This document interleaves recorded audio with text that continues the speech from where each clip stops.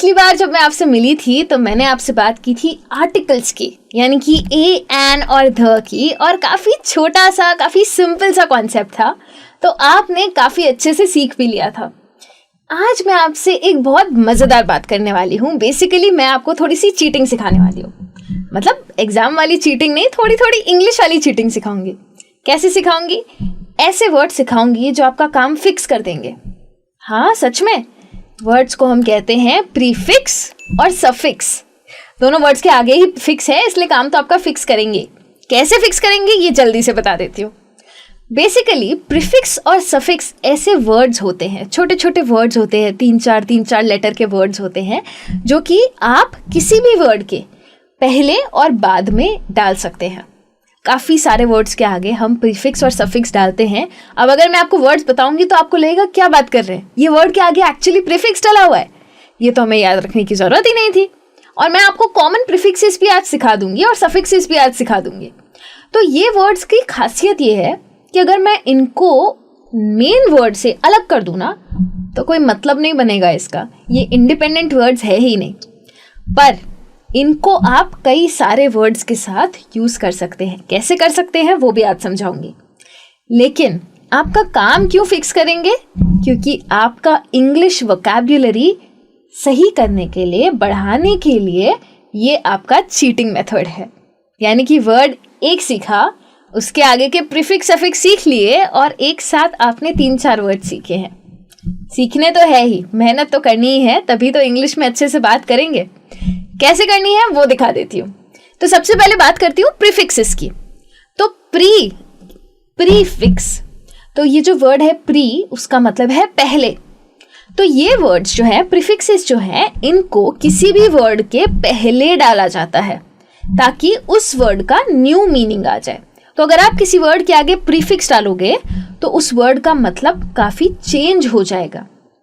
तो एक ही रूल होता है प्रीफिक्स में कि जब आप इसको किसी भी वर्ड के साथ डालते हैं तो उस वर्ड के किसी भी लेटर को आपको डिलीट करने की जरूरत नहीं है। जो वर्ड है बस उसके आगे आपका 3 या 4 लेटर का प्रीफिक्स डाल दो और एक नया वर्ड मिल गया। इतना सिंपल है, सिर्फ यही रूल है और कोई रूल नहीं है। मैं आपको कुछ कॉमन प्रीफिक्सेस भी सिखा देती हूँ और उनका मतलब क्या है वो भी सिखा देती हूँ, फिर आप अपने आप उनको अलग अलग वर्ड्स में डाल सकते हैं। जैसे कि सबसे पहला है डिस। डिस मतलब नॉट, यानी कि किसी भी वर्ड का ऑपोजिट मुझे अगर करना है तो मैं डिस कर सकती हूँ। काफ़ी वर्ड्स में हम यूज़ करते हैं। जैसे मैं अग्री को कहूँगी कि मैंने आपके साथ आपकी बात मान ली, तो मैंने कहा अग्री। और अगर मैं कहूँ डिसअग्री तो मतलब मैंने आपकी बात नहीं मानी। हो गया ना ऑपोजिट। वैसे ही ओबे करना मतलब बात मानना, और डिसओबे करना मतलब बात नहीं मानना। एडवांटेज मतलब अच्छी चीज़ यानी कि बेनिफिट, और डिसएडवांटेज मतलब बुरी चीज़ यानी कि ड्रॉबैक। तो ये जो डिस हमने डाला, इससे ये हो गए कंप्लीट ऑपोजिट। तो नॉट अगर कहना है तो मैं डिस यूज कर सकती हूँ। वैसे ही डिस का भाई हो गया मिस। भाई नहीं है पर थोड़ा सिमिलर मीनिंग है। अगर मुझे ये कहना है कि कुछ गलत हुआ है तो मैं मिस यूज कर सकती हूँ। जैसे कि अगर मैं स्पेल के आगे डालूँ मिस, तो मैं कहूँगी उसको miss spell. You have miss spelled the word, मतलब आपने गलत तरीके से उसको स्पेल किया है।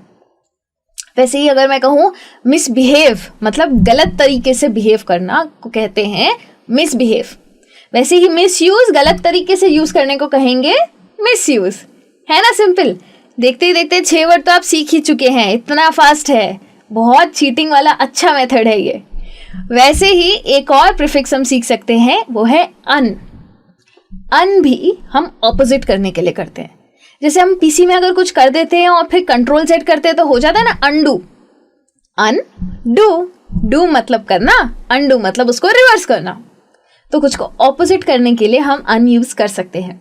वैसे ही अनइक्वल, अनइक्वल का मतलब ऐसा जो बराबरी का नहीं है। वैसे ही अनयूजुअल, कुछ ऐसा जो कि हमारे यूजुअल से अलग है। यूजुअल का मतलब है ऑर्डिनरी, जो नॉर्मल में चल रहा है। अनयूजुअल मतलब कुछ अलग, मतलब उसका ऑपोजिट हो गया अनयूजुअल। तो ये हो गए नए नए वर्ड्स, सिर्फ और सिर्फ प्रीफिक्स ऐड करके बना रही हूँ मैं ये वर्ड्स। वैसे ही अगर मैं डालूँ री, तो री का मतलब है रिपीट, यानी कि अगेन, फिर से करना। वैसे अगर मैं कहूँ रिएक्ट, तो मतलब एक पर्टिकुलर वे में अगर किसी ने रिस्पॉन्ड किया है।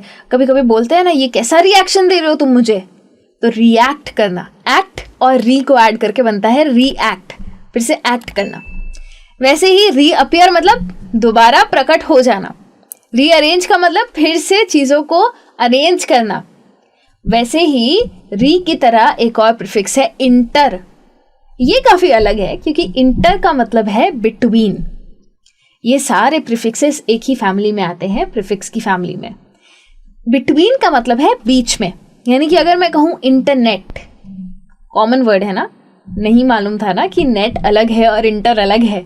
हकीकत में इंटर और नेट को जोड़ के बना है आपका ये इंटरनेट, जिसने आपको इतना बेनिफिट दिया है आपके फोन में जो है इंटरनेट।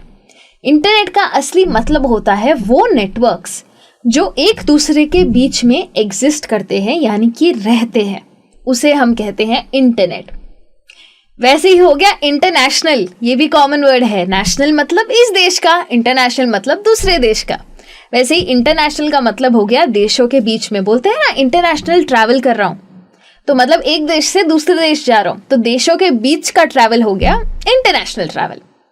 वैसे ही इंटरकनेक्टेड का मतलब है कोई भी दो चीजें अगर इंटरकनेक्टेड है तो वो एक दूसरे से लिंक्ड है। अगर आप इतना समझ चुके हैं तो एक और प्रीफिक्स मैं आपको सिखाती हूं, उसको हम बोलते हैं प्री। तो प्रीफिक्स की फैमिली में भी आ गया प्री, और प्रीफिक्स वर्ड के अंदर भी आ गया प्रीफिक्स प्री।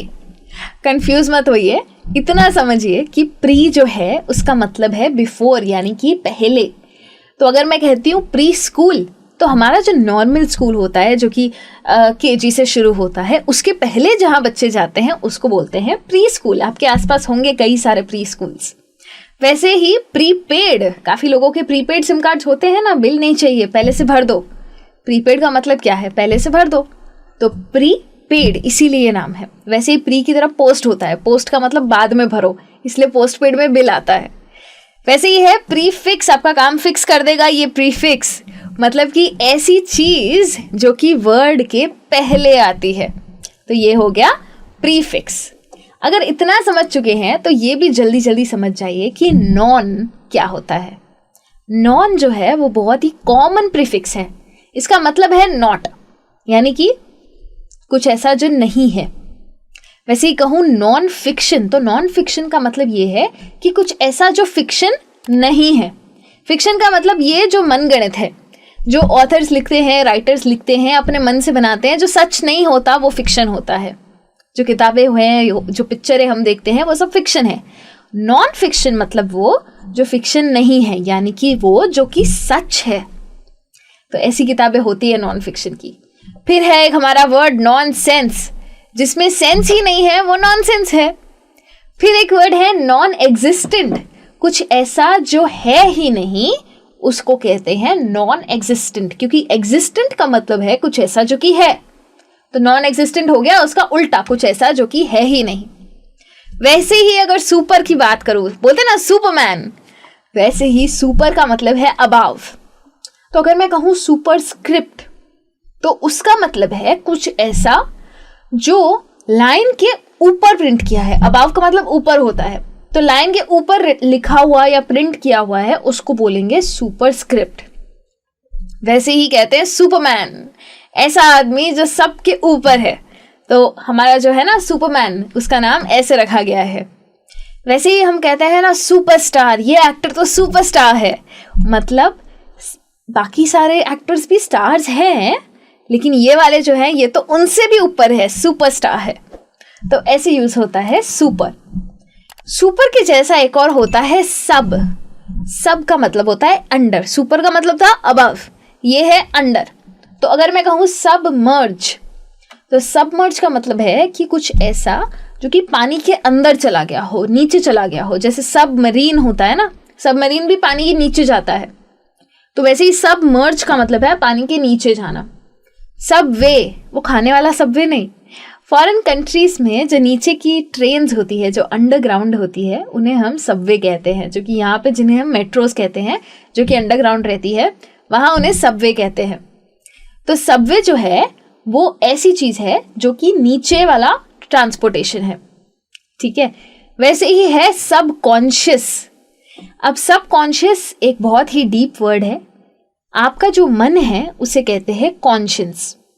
वैसे ही जो सबकॉन्शियस है वो आपके माइंड का एक ऐसा पार्ट है जो हमसे छुपा हुआ है, जो ऊपर वाले दिमाग के थोड़ा अंदर है, थोड़ा नीचे है, इसीलिए उसे कहते हैं सबकॉन्शियस।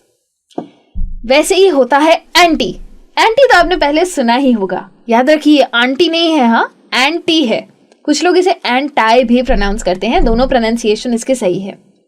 एंटी का मतलब है अगेंस्ट, इसके खिलाफ, ऑपोजिंग। तो अगर मैं कहूं एंटी बैक्टीरियल तो उसका मतलब ये है कि बैक्टीरिया को आने नहीं देगा। मतलब अगर आपने किसी प्रोडक्ट पे पढ़ लिया कि ये एंटी बैक्टीरियल है तो उसका मतलब ये है कि वो बैक्टीरिया को वहां आने नहीं देगा।